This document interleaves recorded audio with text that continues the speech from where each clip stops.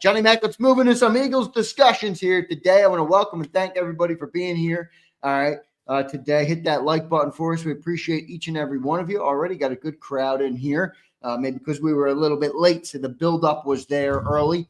Johnny Mac, let's get in. We've been doing our top 25 Eagles list. You and Ed Kratz have been doing it over on Sports Illustrated, and we are down to number 19 today. Yesterday was number 20. It was Jake Elliott. Previously, it was Keely Ringo at 21, Jahan Dotson at 22, Adoree Jackson at 23, Matt Pryor at 24, and Jihad Campbell and Drew Makuba tied at 25. So that's our list so far, and we are officially down to number 19 on the list. Johnny Mac, the floor is yours. Number 19 goes to who?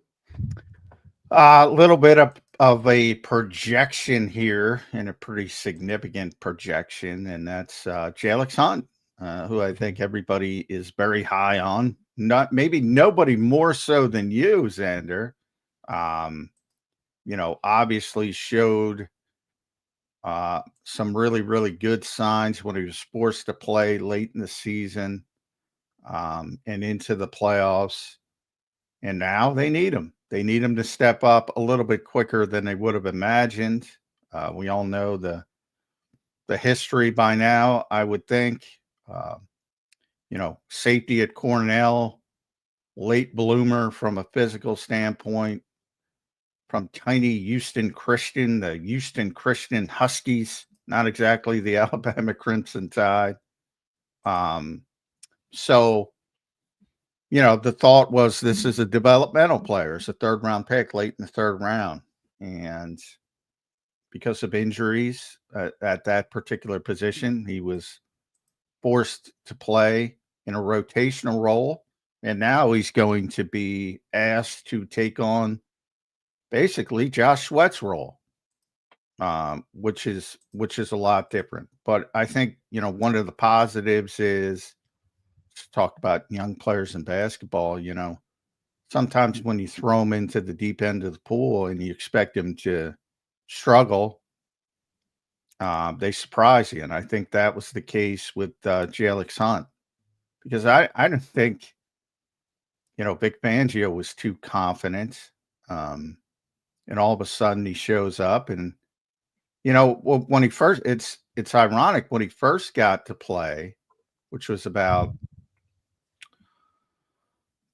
probably week 10-ish, right when Brandon got hurt against the Rams is when he got the uptick in snaps. And Vic thought he was better as a run defender than a pass rusher. And he was playing him on early downs and not third down. And obviously the whole hype on him coming out was that he was going to at least had the potential to be a good edge rusher. So I think the run support stuff, while it's not setting the edge, while it's not sexy to most fans, it's probably more important than they realize, because that was Josh's role to a certain degree. Right. And they don't have that player on paper. We've talked about the undersized nature of their edge rushers. Nolan's very undersized. Nolan is good at it despite being undersized. He is. Yeah. He is. He's better than most 238-pound guys, but at the end of the day, he's 238 pounds. And if he gets, I did like his one quote though. He's like, "You got to stop the run to earn the." Yeah. Well, he's definitely got the right mentality, and he was. Same thing happened to George. He was better, really, against the run than as a pass rusher. But he played a lot at off-ball linebacker. But just the general nature, you can see they're populating it. And Vic, even Hunt playing safety earlier in his career till he blossomed from a physical standpoint. But he's got the frame to add weight. I keep talking about that. And he's already added, by the way, a crap load of weight since like Cornell, I'm talking, when he was a safety. Oh, yeah. Yeah. Oh, yeah. Probably 60-plus pounds at least. And he'll be over 250. I don't know what he's going to play at. Last year they listed him at like 248, I think. But he's long, he's rangy. He'll probably eventually land at 260, I would think, somewhere down the road. And he's got the frame to carry that. whereas Nolan doesn't, Ojulari doesn't, Uche doesn't. All these guys, Jihad Campbell, if you want to put him at edge rusher, doesn't. He's got the frame to add that sort of size and weight. So a lot of positives for Jalyx Hunt. And the hope by the Eagles is he'll be the starting right end. And they'll go into training camp. You know, it's interesting. There's some guys like Ringo, and I think Hunt's in this category, where Tyler Steen's in this category. They're defaulting to those guys, and it's their job to lose versus somebody like Sydney who's got to go win a job. Yeah, right. Yeah. And I think Hunt's in that category. Yeah, I agree. So there's your 19th overall player in the top 25 list. It's Jalyx Hunt, somebody I'm very high on, as John mentioned. A lot of people high on the player. John, how do you think let's talk a little bit more about him. How do you think him starting at safety at Cornell a couple of years ago? Obviously, now he's the starting edge rusher, presumably on a team that just won a Super Bowl. I mean, that's a big jump, but I think there's a lot of things there that could benefit you as a player, specifically in Vic Fangio's defense. How do you see that, you know, how that's helped shape his technique and things like that, or really just his ability to be versatile in Vic's defense? How much do you think that's helped him? I think it helps a lot because, you know, Vic likes his edge rushers, overhang players, whatever you want to call them, to drop in coverage every once in a while. Not a ton, but probably more than fans like. And sometimes it looks ugly, to be honest, because a lot of those guys are like fishes out of water when you tell them to go backwards instead of forward. And really, you're just trying to throw a curveball at the quarterback. It's not like you're trying to match up coverage with an overhang player, but he's got the natural ability to cover from the mentality standpoint. Obviously, at 250, he can't run with receivers like he had to do when he was playing at Cornell, but he knows the mentality of it, playing in space, and just that comfort, I think, makes him a little bit better. To a certain degree, that's the same thing with Nolan Smith, because he played all-ball linebacker and some coverage responsibilities at Georgia. Ojulari, same thing.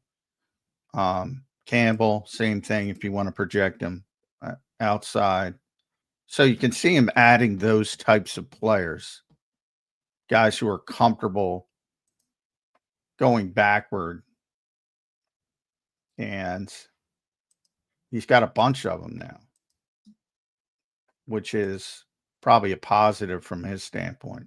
Yeah, and I feel like Vic Fangio is the perfect coach to, you know, mold him into the edge rusher that he needs to be to play in the NFL for a long time.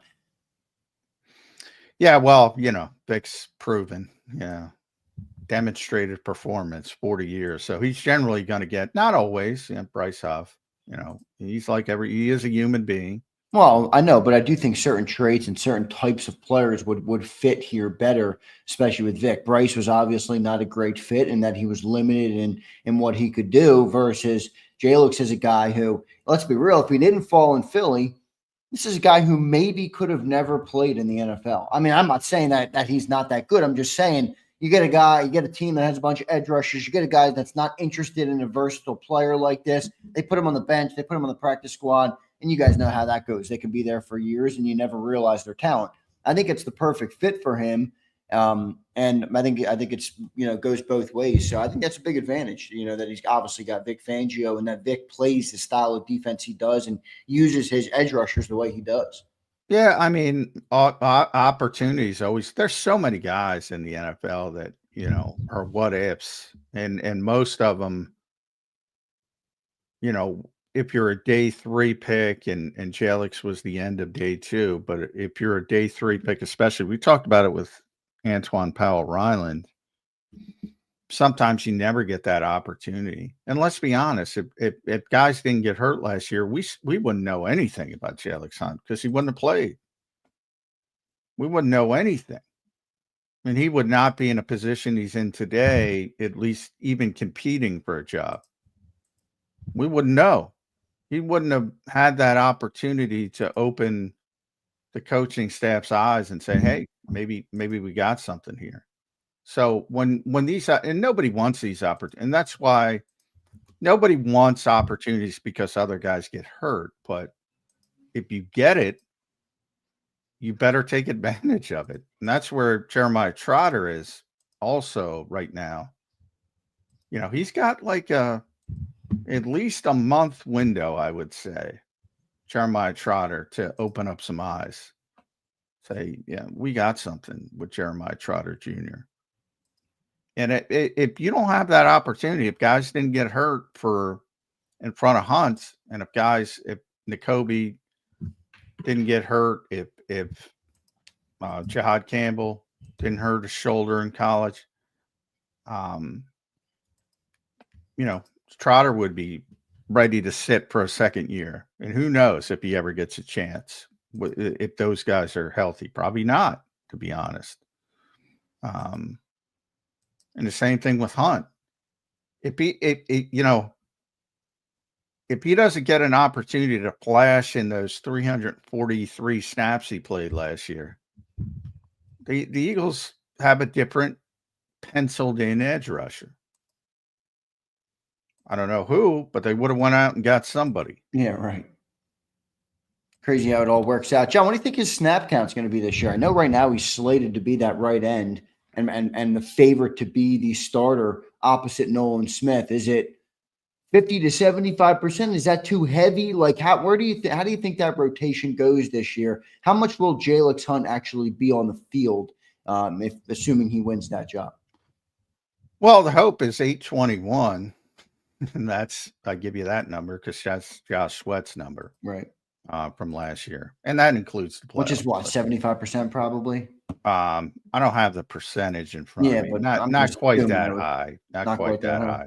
But you know, because they do have a 4-man rotation and Josh also had his unique injury things that the Eagles always kept in the back of their minds. So you could argue even more for Jalyx Hunt because he doesn't bring that. He doesn't bring that injury sort of history.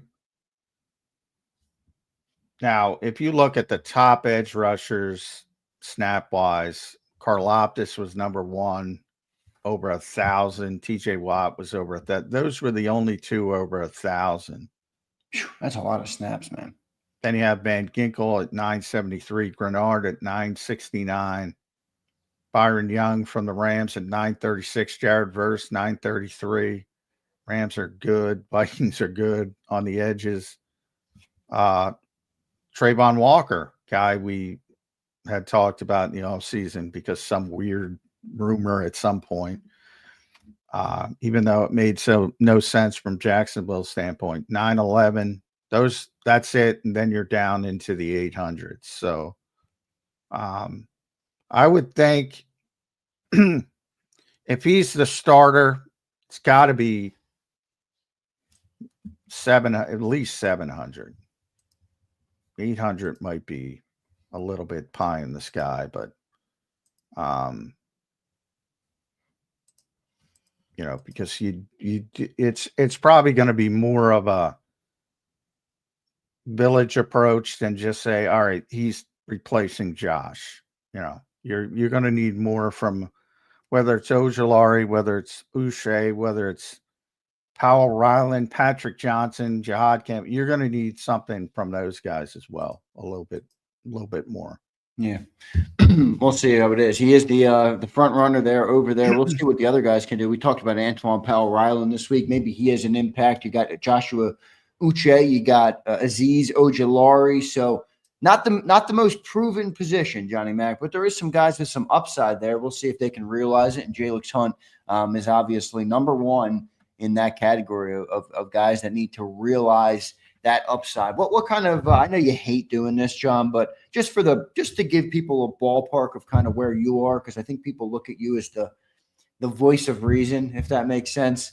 What kind of statistical benchmarks do you think for Jalyx? We just talked about snap count. I'm not saying sacks or what's going to define the player, but just a ballpark on where you think he might be. Yeah, boy.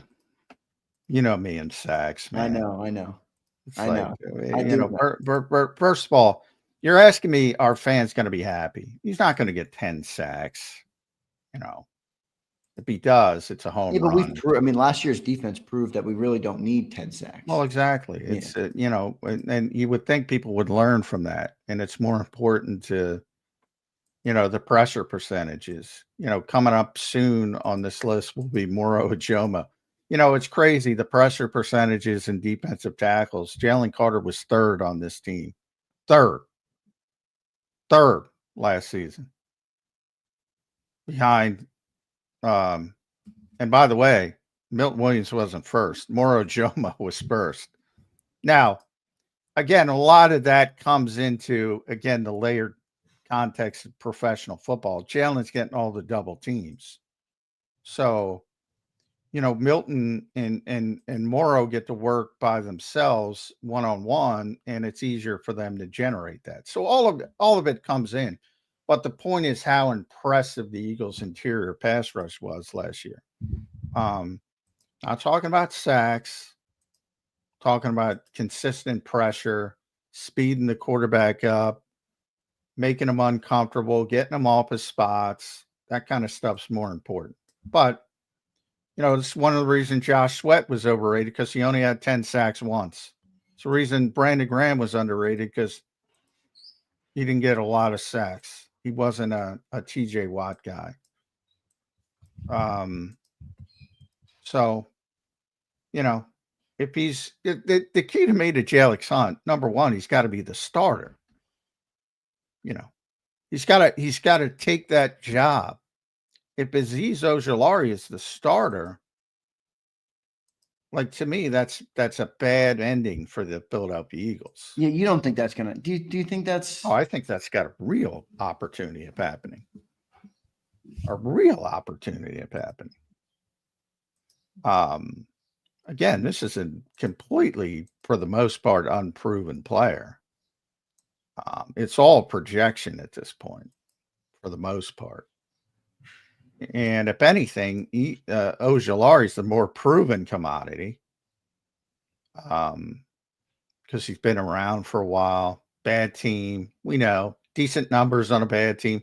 People get messed up with that. It's like, why is he getting so many sacks on a, because they're not relevant, because people, they look at more than numbers, and they look at the film, and they look at the context and how effective was he. And last year, Ojulari was, I got to look up PFF, but it wasn't good.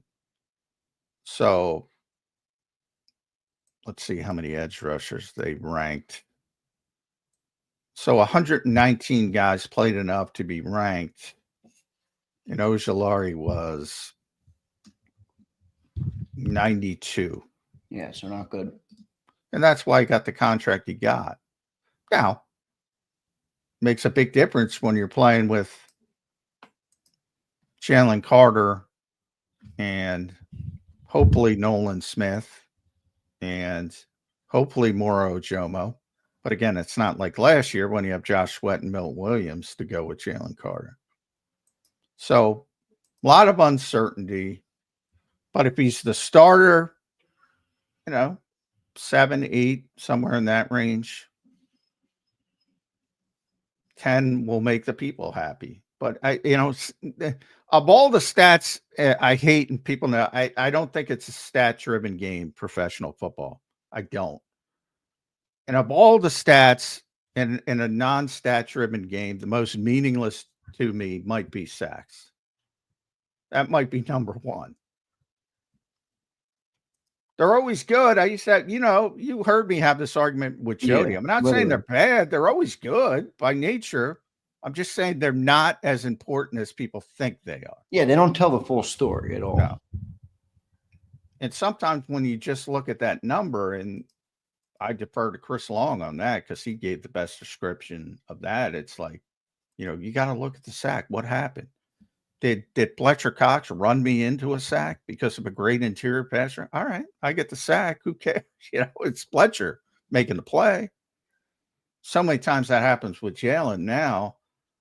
You know, is the quarterback, you know, is he blushing instead of climbing? Sometimes he'll run right into you. You know, Caleb Williams. You know, people say, well, how can Matt Pryor have such a good grade? And Caleb Williams had whatever, 157 sacks he took last year. Because the quarterback's not doing his job, not getting the football out on time. There's a lot that goes into it. Sacks. You disagree with this comment, I assume? That's like saying home runs are overrated in baseball. Yes, I disagree with that. Now, from the standpoint of, you know, if it's 10-2 and you hit a 3-run home run, all right, bully for you. But at the end of the day, you know, there's a lot of guys, you know, garbage time stats, more mainly with quarterbacks in the NFL. There's a lot of that. And there's garbage time in everything. There's garbage time in baseball. There's garbage time in basketball. But no, generally, and again, but it's all contextual. But yeah, I would say home runs in baseball are a tad bit more important. That's interesting. Like, why are you comparing home runs to sacks? Why aren't touchdown passes? Why aren't, like, Saquon Barkley's 70-yard run is a home run? That's a home run. Right. And you'll hear that. You'll hear that phrasing. You might get a 1-yard sack because the quarterback is scrambling. Is that a home run? Well, it might be a cheap one at the short porch in Yankee Stadium. It's not relevant to the game. There's so many sacks that are just irrelevant to the game. Whereas, and I always bring up again, Chris, I would always bring up Chris in the NFC Championship game in the run to Super Bowl 52. That wasn't a sack. Was that a home run? Because Patrick Robinson came away with the interception, and Patrick Robinson did a great job returning the football, but Chris Long made that play. And all it was a pressure and a hurry and a quarterback hit and the ball coming out, flailing. Patrick Robinson gets the gift interception. And then obviously, you know, he, as I said, did a great job with the return. But Chris Long made that play, and it wasn't a sack. And it might be the most important play he made in Philadelphia. All right. And that was a home run of a play. I'll tell you that. Brandon says spot on. 17 sacks from Trey didn't help the Bengals. It's true.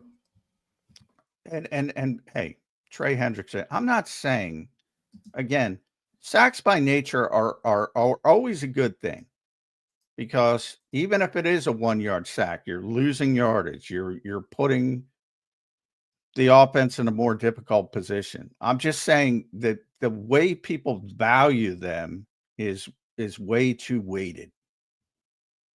Sometimes it is a home run. Sometimes it's a strip sack. And the ball's going the other way, and that's a home run of a play. But to treat all sacks equally, and that's what too many people do, and it's like, well, he had 10 sacks, and he had 17 sacks, and he can't get 10 sacks, and this and that. That's just, that part of it's bullshit. But, you know, pass rushers want sacks because they get paid. So the whole system is flawed. Yeah, that's true, man. They get paid on them. Yeah. And you got guys chasing sacks like Jason Babbitt. That's another thing. Like, wouldn't you rather have the guy impacting the game the way he's supposed to impact the game, with discipline and not chasing things and doing his job? You know, that's the real trick, to get to 15 sacks while doing your job instead of chasing them and going off script and freelancing. But, it'd be nice to have Myles Garrett and Trey Hendrickson and TJ Watt, the really high volume sack guys. Be nice to have them. But the Eagles had the best defense in football last The year. Eagles have one of the best defenses in the history of their franchise, John, including Dan Green. I know. And their top sack guy had 8.5. Yeah. I thought that would break Eagles fans off a little bit. You would think it's not going to. It's not going to. I mean, sacks are fun. Don't get me wrong. But they're not. I don't view them as not necessary to be a great defense. All right, let's get back to Jalyx Hunt real quick, John. His arsenal. What is he good at? What does he have to improve at this year? Some people said, early in his career coming out, run defense, setting the edge. Or obviously, we talked a little bit about that as areas of improvement. But what do you see? Hand usage, bend, some of those different things. Where is he polished, and where does he still need to get more polished? Well, he's not polished anywhere, but he's naturally better, and that's big words, not mine. He's naturally better as a run defender, as a run support player, which surprises people. And that's how we used him early on, because he's better at it. Jalyx himself, he's very raw. Jalyx himself says it, Asked him that question this offseason about, what was it? How much did Lane and Jordan help you? He's like, he couldn't snip the quarterback in practice. He couldn't get within 4 yards of Jalen Hurts. Yeah. And he was all just speed. And those guys eat speed alive. Oh, yeah. It's easy for them. And so that's what he's in the process of doing is developing his, as he calls it, his pass rushing bag. And you have to have counter moves and handwork and technique and fundamentals. And Jeremiah Washburn's another guy who's very good at developmental. Again, the Eagles are so good at developmental aspects compared to the Sixers. It's crazy. So he's in a good position. He's got good coaches. He's got a ton of talent, ton of upside. But he's still really raw as a pass rusher when it comes to the handwork, the footwork, the technique. Right now, he's getting home because he's an athlete. And, that's not going to work a lot against the top tier left tackles. But he's getting better and better. And he's got the one trait that all great pass rushers have is the high motor, the cliche, the relentlessness. He's got that. So that's a good thing, because you got to be constantly chasing, no plays off, and he's got that. So there's a lot of positives to Jalyx Hunt, but he's still a very raw player. Very raw, very raw. A lot of expectations on him, John, coming in. A lot. Look at me. I'm one of them. I think he's going to be a starting edge rusher and be a great player. A lot of people in the chat feel the same way. We're talking about him like, big expectations for a guy coming in, to year 2 who was really taken as a project player just a year ago. Yeah, and people should maybe slow the roll a little bit. Yeah, maybe slow the expectations a little bit. I feel pretty good about him, Johnny Mac. Well, again, if you're expecting a Josh Sweat level of play, I don't like those odds. Well, I think it's going to look different. I think they're different types of players, but I think he can be competent enough in this defense for it to not be a major liability. I feel very good saying that. I'm not saying he's going to be Josh Sweat, but I don't think he's going to be a liability out there at all. Well, there's big difference. Good players win you championships. Non-liability players are great. Win you 8 games. Yeah, they're so he's got to be better than what I just said. He's got to be more than just a non-liability. It's one of those things where you want him to. Again, one of the great terms of all time, Jim Schwartz gave me, startup costs. You want to get the startup costs. You want him playing better in the second half of the season. He might struggle a little bit early. Right. And if he gets better and gets better and gets better, that's what you want. And really, you could say the same thing about a lot of the young defensive players. There's going to be moments where you're like, fuck. But if they get better in the second half of the season and you're playing your best football late like they were last year, nobody will care about those lesser moments early in the season. Jalyx Hunt coming in at 19 on your guys' top 25 list. Pretty good for him, John. I'm surprised. I know Jake Elliott had a bad year, but now that I'm thinking about this list and looking at where he fell, I feel like 20 is a little low for a guy who's been, Well, they were a dead heat. We said there was only one dead heat. There were actually two, but we said we gave Hunt the advantage because he's a positional player. It's just more important. Yeah, no right. Offense, but so, yeah, I mean, and Jake would have been higher, but he had a bad season. And there's baked in, you never want to put, I think the highest he ever got maybe on this list was 16, 17, because he's a kicker. I wouldn't put in it. Justin Tucker's the best kicker I've ever seen in his prime, and I think the best kicker of all time in his prime. If I were doing a Baltimore list, I would have never put him in the top 10. He's still a kicker. So that factors into it as well. Yeah, no doubt about it. Good stuff there, everybody. Jalyx Hunt comes in at number 19. I feel pretty good about Jalyx Hunt. I understand we did just talk about how maybe my expectations are too high for him, but I do feel good about the player. I think he has the it factor, if you will, and I think his skill set will translate and they will play well. So there he is, number 19, and a big part of the team this year, John. This team needs Jalyx Hunt to have a good year if they want to have a chance to go and win a Super Bowl. As you just pointed out, he can't be just a non-liability. He has to be a playmaker. He has to be a good player. Well, he doesn't have to be, and that's the one thing that Howie has built up. One of them has to be, and by that I mean Jalyx, Aziz, or even Josh Uche. One of them has to be, and that's what he's done. Set up. You have three darts to throw at the board instead of one, but I think.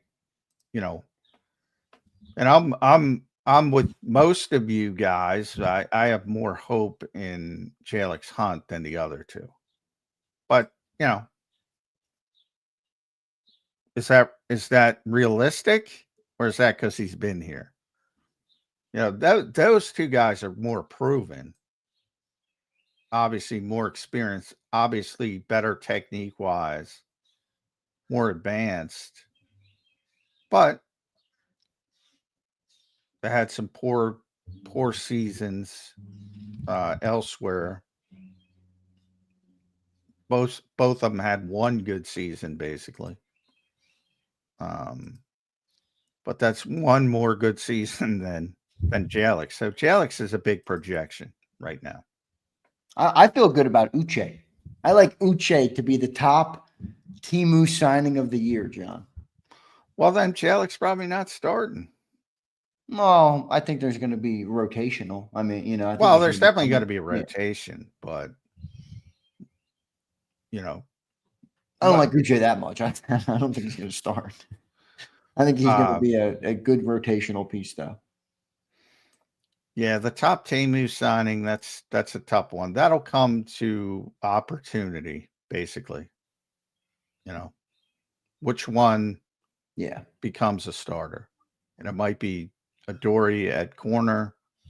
It might be Uche or Ojulari at edge rusher. It might be Matt Pryor at right guard. Those are your candidates. It's not going to be Harrison Bryant. It's not going to be A.J. Dillon. If it is A.J. Dillon, that's a bad sign because that means Saquon's hurt. So those would be the candidate. Those are the guys who have a chance to earn a significant role. And that would be Ojulari, Uche, Adoree Jackson, and Matt Pryor. Is Pryor, are we counting Pryor as a Temu? I guess he is, right? Yeah, why not? Yeah. It's 1 year. $1.36 million. Exactly. Yeah, he's with everybody else. Why wouldn't he be a Timo signing? I don't know. I'm just trying to make him not be a Timo signing. Andrew Jackson checks in. What's up, Andrew? Yo, I always listen while I'm driving the mail, but vacation starts today, and I'm catching y'all live. Andrew, thanks for spending some time with us, brother, on your vacation, man. We appreciate you for being here. Appreciate everybody for being here. Great opening segment here on Jalyx Hunt, Johnny Mac. We also talked about VJ Edgecombe by the Sixers. Brian Pumper, where are you, Pump? We need. By the way, Todd Bowles just got an extension. Yeah, so. saw that. Bowles and Jason Light as well. Light, yeah. Former Eagles executive, by the way. Yeah, good stuff there. So great opening segment. Appreciate everybody for being here. Hit that like button. Great to have everybody in here. We're trying to get to 150 likes. All right, so keep smashing that like button for us. JD3's in here. He says, J-Mac will taste sweet tears, or tears will taste sweet when Harrison is all pro and he will be the top Timu signing. I don't see it. Boy, well, yeah, because that means he's better than George Kittle and Brock Bowers. Now we're going to all pro. By the way, JD, he was Brock Bowers' backup last year. I don't think he's going to be an all pro. No, he's not going to be better than Brock Bowers in any world ever in any day of this planet that we live on. Sorry, JD. I'm confident of that one. Yeah, he's not going to be an all pro. Me too. Good stuff, everybody. Hit that like button. We'll take a commercial break. When we come back, I got plenty to talk about. I want to talk a little bit about Nakobe Dean. We were going to talk about him yesterday. We didn't get to it. And then one other rookie is on my mind. It's Ty Robinson, everybody. We're going to talk a little bit about Ty Robinson. Jalen Carter spoke highly of him. He's going to be another guy that I believe will have to have a good first year in the league. That's a big ask, but we had a bunch of them do it last year. It was a big part of the reason they won the Super Bowl. If they want to be a Super Bowl contender, I got news. You're going to need some rookies to step up, and I think Ty Robinson is one of them. So we will talk about Ty Robinson. Hit that like button, everybody. We'll be right back in 3 minutes on Birds 365.